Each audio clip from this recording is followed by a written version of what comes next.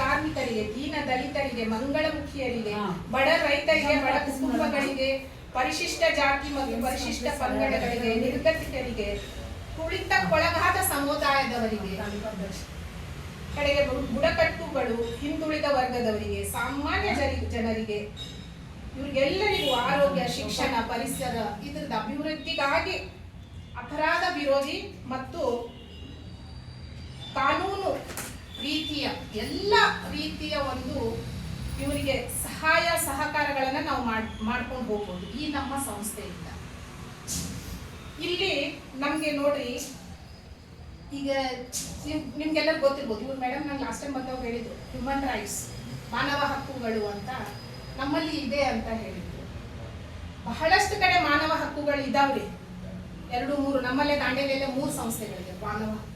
But ಅಲ್ಲಿ ಅದು ನೀತಿ ಆಯೋಗಕ್ಕೆ ಅನ್ವಯ ಆಗಿರೋದಿಲ್ಲ. ನೀತಿ ಆಯೋಗ ಇದು ನಮಗೆ ಭಾರತ ಸರ್ಕಾರ, ನೀತಿ ಆಯೋಗ ಹಾಗೂ ಸಾಮಾಜಿಕ ನ್ಯಾಯ ಮತ್ತು ಸಬಲೀಕರಣ ಸಚಿವಾಲಯದಲ್ಲಿ ಅಧಿಕೃತವಾಗಿ ನೋಂದಾಯಿಸಿ ಇರ್ತದೆ.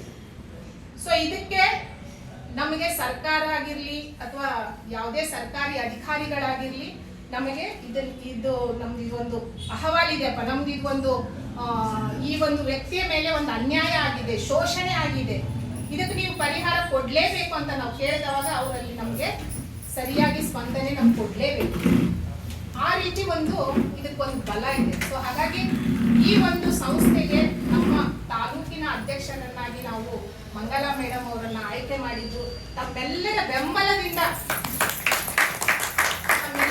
ಬೆಂಬಲ ಸಹಕಾರ ಅವ್ರ ಜೊತೆ ಸದಾ ಇದೆ.